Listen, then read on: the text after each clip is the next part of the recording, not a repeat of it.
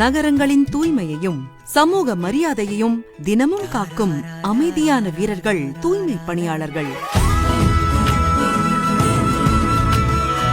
2007ஆம் ஆண்டு முத்தமிழ் அறிஞர் கலைஞர் அவர்களால் தூய்மை பணியாளர்களின் நலனுக்காக தூய்மை பணியாளர் நல வாரியம் அமைக்கப்பட்டு விபத்து மற்றும் இயற்கை மரண நிதியுதவி, கல்வி, திருமணம், முதியோர் ஓய்வூதியம், வீடு வழங்கல் உள்ளிட்ட நலத்திட்டங்கள் தொடர்ந்து வழங்கப்பட்டு வருகின்றன. முத்தமிழ் அறிஞர் கலைஞர் அவர்கள் காட்டிய மனிதநேய பாதையில் திரு மு.க. ஸ்டாலின் அவர்கள் தமிழ்நாடு முதலமைச்சராக பதவியேற்ற பின்னர் அவரது தலைமையிலான திராவிட மாடல் அரசு தூய்மை பணியாளர்களின் நலனை முன்னுரிமையாக கொண்டு பல்வேறு நலத்திட்டங்களை செயல்படுத்தி வருகிறது. இதன் தொடர்ச்சியாக 14/8/2025 அன்று 6 புதிய சிறப்பு திட்டங்கள் அறிவிக்கப்பட்டன. அவற்றில் தூய்மை பணியாளர்களுக்கான முதலமைச்சரின் உணவு திட்டம், பணியின் போது உயிரிழக்கும் பணியாளர்களது குடும்பங்களின் எதிர்கால நலன் மற்றும் வாழ்வாதாரத்தை உறுதி செய்ய ரூபாய் 10 லட்சம் நிதியுதவி வழங்கும் திட்டம், குடும்பத்தினர் சொந்தமாக தொழில் தொடங்க ரூபாய் 3.5 லட்சம் வரை மானியம் வழங்கும் திட்டம், அவர்களின் குழந்தைகளுக்கான புதிய உயர்கல்வி உதவித்தொகை திட்டம் மற்றும் டாட்கோ நிறுவனம் மூலம் செயல்படுத்தப்படும் சிறப்பு திட்டங்கள் ஆகியவை குறிப்பிடத்தக்கவை. 15/11/2025 அன்று பெருநகர சென்னை மாநகராட்சியில் முதற்கட்டமாக தொடங்கப்பட்ட இந்த தூய்மை பணியாளர்களுக்கான முதலமைச்சரின் உணவு திட்டம் சிறப்பாக செயல்படுத்தப்பட்டு வருகிறது. இதன் அடுத்த கட்டமாக மாநிலம் முழுவதும் உள்ள நகர்ப்புற உள்ளாட்சி அமைப்புகளில் இன்று விரிவுபடுத்தப்பட்டுள்ளது.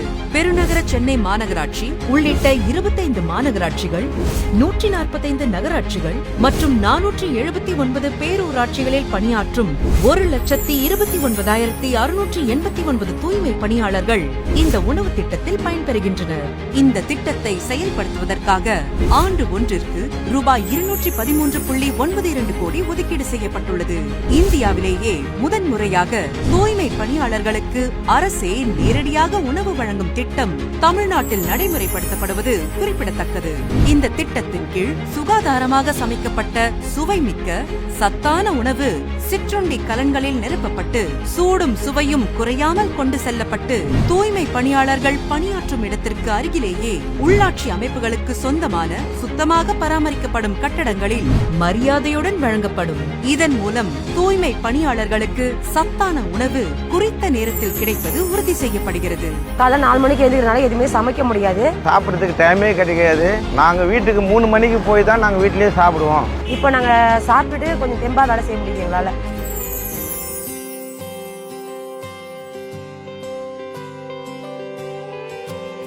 எங்கள் தூய்மை பணியாளர்களுக்கு உணவு கொடுத்த முதலமைச்சருக்கு ரொம்ப நன்றி. கோடாரி கோடி நன்றி.